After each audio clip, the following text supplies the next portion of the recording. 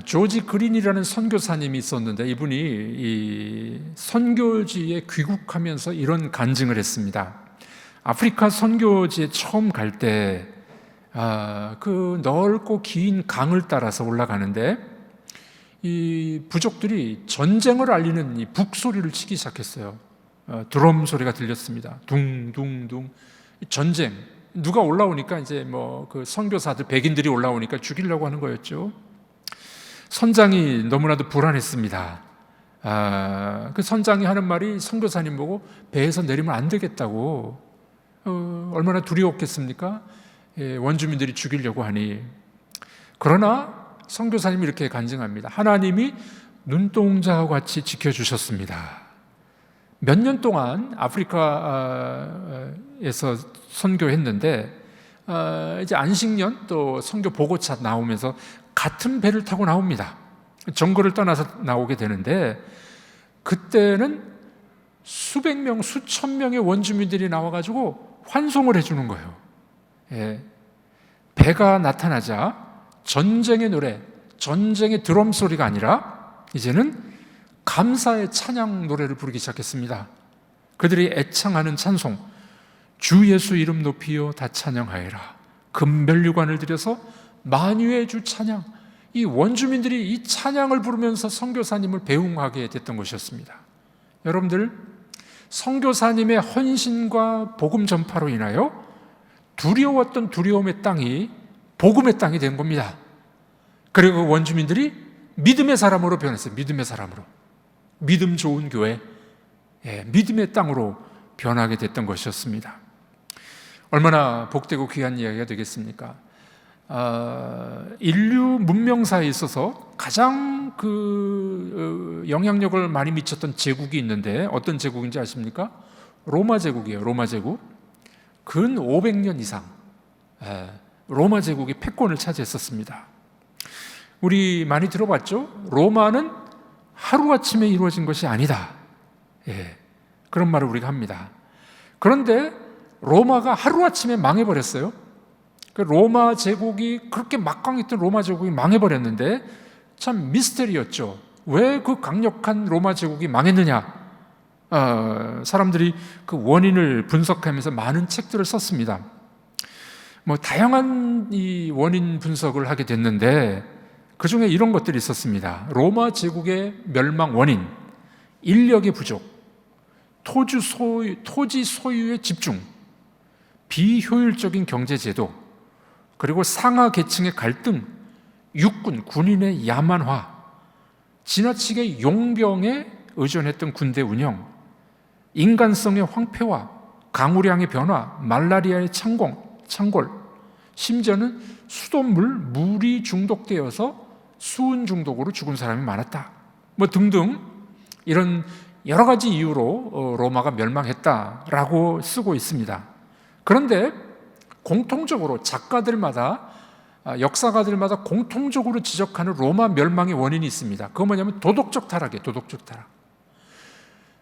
한 제국이나 나라가 멸망할 때 보면 도덕적으로 타락했을 때 멸망할 가능성이 큽니다.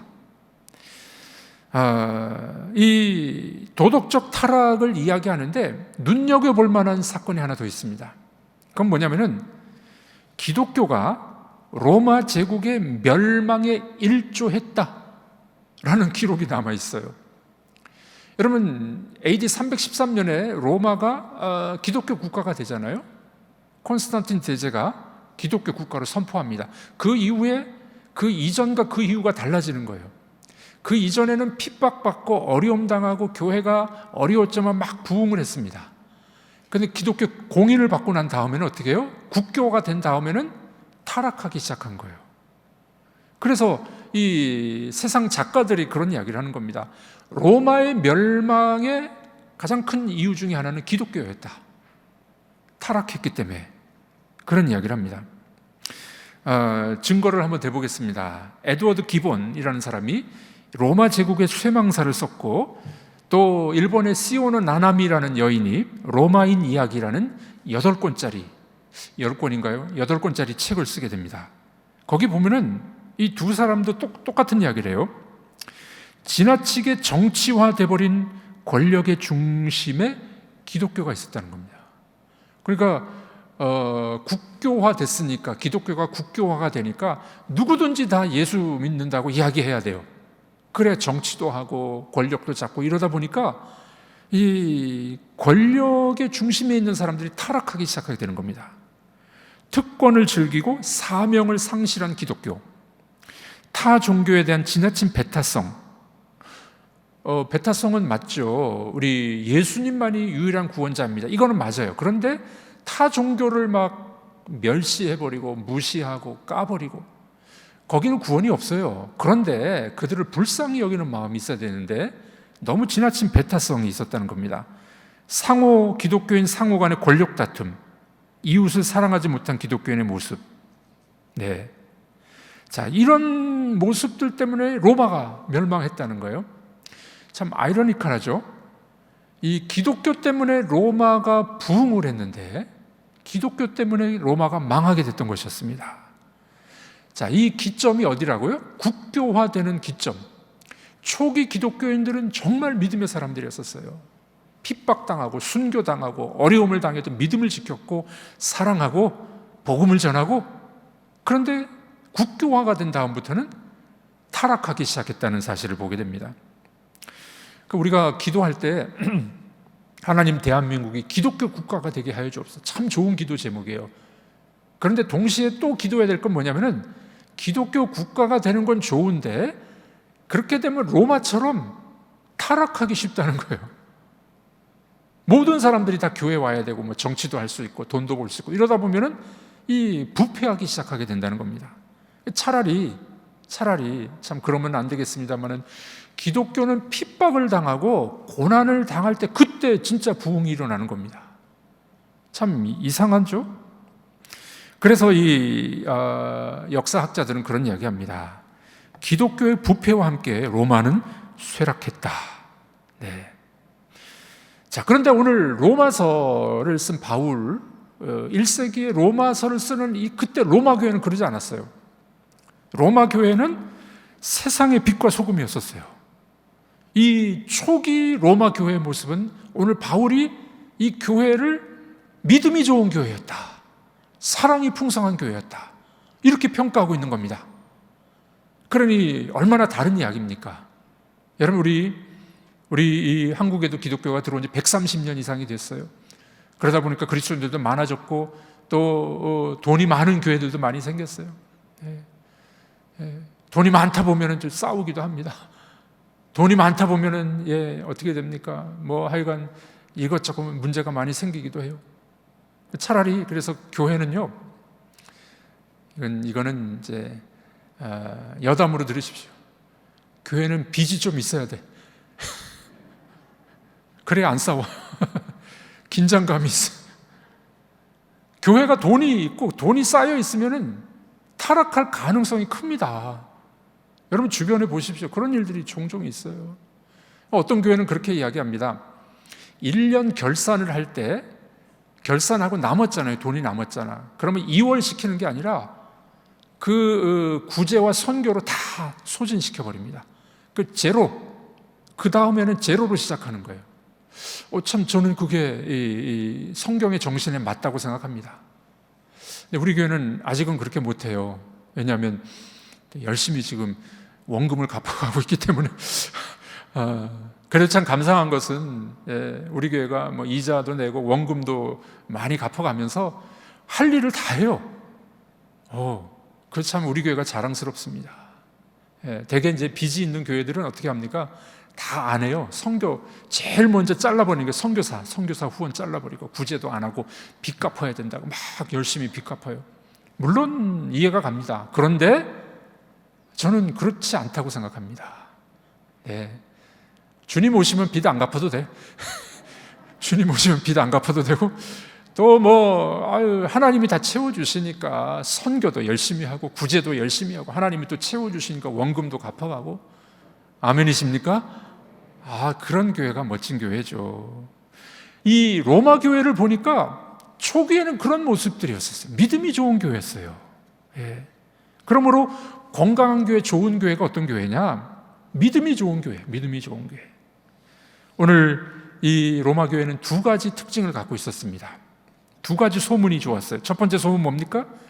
믿음이 좋기로 소문난 교회. 우리 교회도 그런 교회가 되기를 기도하시기를 바랍니다. 바울 사도는 로마서를 쓰면서 1장에서 로마 교인들에 대한 믿음 자랑스럽게 인정하고 감사하고 있어요. 감사하고. 네. 그들의 믿음을 너무나도 감사하게 받아들이고 있는 것이었습니다. 자, 이 로마 교회는 누가 세웠을까요? 로마 교회는 누가 세웠을까요? 몰라요. 로마 카톨릭에서 뭐라고 이야기하냐면 베드로가 일대 교황이라서 베드로가 로마 교회를 세웠다 이렇게 이야기를 하는데 그러지는 않습니다. 누가 세웠는지는 몰라요. 물론 베드로가 나중에는 이 로마를 갑니다마는 처음에는 그러지 않았어요. 이 로마서를 쓸 때 베드로는 로마에 없었습니다. 사도행전 15장에 보면 AD 49년에 그 예루살렘 공의회, 예루살렘 총회가 열려요. 그때 이 예루살렘 총회는 로마에서 열린 게 아니라 예루살렘에서 열렸어요. 베드로는 거기 있었어요. 네. 그리고 또 두 번째 증거로는 로마서를 바울이 쓸 때 베드로가 로마에 있었다면 반드시 베드로의 이름을 거명했을 거예요. 그렇죠? 근데 거명을 안 합니다. 그러니까 로마 교회가 세워질 때 누가 세웠는지 잘 모른다 하는 게 정답입니다. 자, 그런데 중요한 것은 뭡니까? 유명한 사도가 세우지도 않은 교회, 누가 세웠는지도 잘 몰라요. 아마도 사도행전 2장의 오순절날 사건 때 로마에서 온 이 사람들이 오순절을 경험하고 돌아가서 교회를 세웠던 것 같아요. 무명의 그리스도인들이 교회를 세웠는데 그 교회를 보니까 믿음이 좋은 교회가 됐어요. 어떤 유명한 목사님이 있는 것도 아니었어요. 그러나 그 교회는 믿음이 좋은 교회. 이것은 전적인 하나님의 은혜가 아니었겠습니까? 그래서 바울은 오늘 본문 7절에 이제 문안 인사를 하잖아요. 7절은 문안 인사예요. 그리고 난 다음에 8절에 뭐라고 이야기합니까? 칭찬. 로마 교회를 향한 칭찬이 나옵니다. 8절 읽어보겠습니다. 먼저 내가 예수 그리스도로 말미암아 너희 모든 사람에 관하여 내 하나님께 감사함은 너희 믿음이 온 세상에 전파됨이라. 네, 로마 교회의 믿음이 온 세상에 전파되었다. 이 전파됐다는 말은 전도했다는 말이 아니라 소문이 났다는 거예요. 소문이. 그러니까 영어 번역 성경에 보면 리포트. 우리 이렇게 보도하는 사람을 리포트라고 그러잖아요. 이 소문이 났다. 전파됐다. 그 로마 교회의 믿음이 여러 지역에 전파됐다는 거예요. 소문이 났어요. 그러니 칭찬을 받을 만한 교회죠. 믿음이 좋은 교회였었습니다. 여러분들, 바울이 그런데 이 믿음 좋은 교회에게 왜 로마서를 쓸까요? 저는 그렇게 생각합니다. 말씀을 읽어보니까 믿음이 좋았던 로마 교회에게도 또 복음이 필요한 거예요. 복음이. 그래서 복음은 누구에게나 언제든지 필요한 겁니다. 아멘이십니까? 오늘 이 금요 심야 기도에 나온 여러분들에게도 또 복음이 필요해요. 예수 그리스도의 복음. 그 복음의 정신이 필요한 것입니다. 로마 교회는 믿음이 좋기로 소문났지만 그럼에도 불구하고 바울은 복음에 대한 이야기를 또 하기 시작합니다. 여러분, 복음은 정말 복된 소식이에요. 진리입니다. 진리는 언제 들어도 질리지 않아요. 진리기 때문에. 다른 유행과 다른 세상의 것들은 질려요. 오래가면 질려. 진리가 아니기 때문에 그래요. 복음은 언제 들어도 질리지가 않습니다. 이 로마 교회 믿음이 좋았으나 칭찬받고 있으나 그래도 여러분들에게는 복음이 필요합니다. 그래서 이 로마서를 쓰고 있는 것입니다. 우리 이 로마서 1장에서 8장까지 내용을 요약하면 이런 내용이에요. 앞부분에는 죄, 1장에서 3장까지죠. 인간의 죄 문제, 하나님을 발견 못하고 예수 그리스도 없는 인간의 죄 문제를 이야기하고 4장에서 8장까지는 그러므로 하나님의 은혜이신 예수 그리스도께서 나타나셨습니다. 예수를 믿음으로 말미암아 의롭다함을 받습니다. 이 이야기가 나오게 됩니다. 그래서 이 교회에게 가장 필요한 것은 믿음의 좋은 소문이 났지만 계속해서 믿음에 머물러 있고 예수 그리스도의 복음에 머물러 있는 그런 교회가 되기를 기도하고 있는 겁니다. 저는 하루에 일과가 전 빡빡해요. 어제 같은 경우에는 진짜 뭐 새벽 예배 나와서 기도하다가 또 발인 예배 가서 발인 예배 인도하고 또 세미나 있어서 참여하고 지역교회 목사님도 100여 명 와서 그들을 또 섬기는 일까지 오후까지 4시까지 하고 또 오후에 또 저기 위로 예배가 있어 또 갔다 와서 또 말씀 준비하느라고 또 하고 하나님이 체력을 주셔서 너무 감사한데 어제 우리 세미나를 하면서 어느 강사로 오신 목사님이 참 귀한 말씀을 전해 주셨어요. 그 목사님이 새벽 3시에 일어나신답니다. 새벽 3시에 일어나서 3시간 동안 기도를 하신대요. 아침 6시까지. 그리고 아침 운동하고 난 다음에 오전 시간 3시간은 또 성경 연구, 성경을 연구하신대. 오후에는 전도하러 나가고 또 사람 만나고 그런 일들을 하신답니다. 70이 가까운 목사님이에요. 그래서 참 도전이 많이 됐습니다. 그래서 우리 교육자들도 기도 시간을 늘리기로 했어요. 우리 부목사님들은 새벽 기도할 때 적어도 1시간 기도하고 저는 1시간 더 기도하고 왜 그럴까요? 뭐 지금도 우리 교회 평안하고 잘 되는데 뭐 그거 필요할까요? 늘 하나님의 은혜가 필요하고 복음이 필요하고 하나님의 은혜를 갈망하고 성령의 충만을 갈망하려면은 엎드려 기도해야 되는 거죠. 우리 교육자들이 말씀을 전하기 전에 성령 충만하기 위하여 기도할 때 하나님의 역사가 일어나게 될 줄로 믿습니다. 저는 속으로 그런 생각을 해봤어요. 기도하면서 하나님, 제가 이제 10년 남았습니다. 10년을 불태우겠습니다. 여러분들도 한번 그렇게 불태우시지 않겠습니까? 새벽 기도 하십시오. 금요 심야 나오십시오. 수요 예배 드리십시오. 아이고, 뭐더러 또 그런 얘기에, 아이고. 여러분, 우리 남은 생애가 얼마나 남아있겠습니까?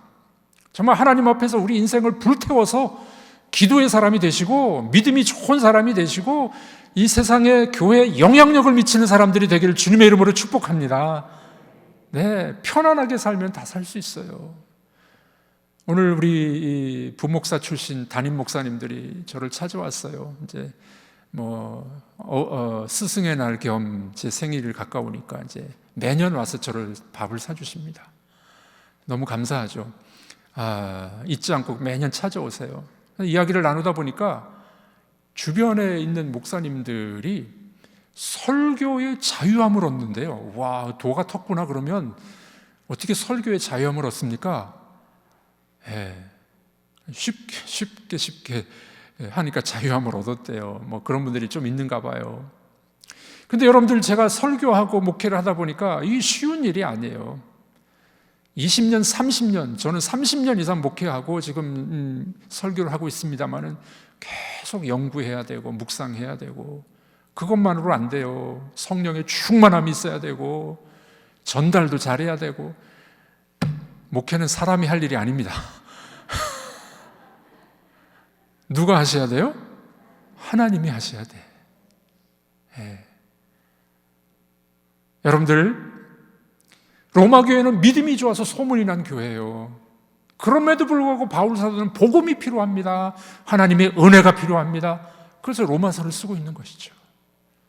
여러분들에게도, 우리에게도 채찍이 필요합니다. 복음이 필요합니다. 하나님의 은혜가 필요합니다. 기도의 사람이 되십시오. 우리의 남은 생애가 몇 년이 될지 몰라요. 우리 남은 생애를 정말 불태울 수 있는 그런 복음의 사람, 말씀의 사람 되게 하여 주옵소서. 그런 이 밤이 되시길 주의 이름으로 축복합니다.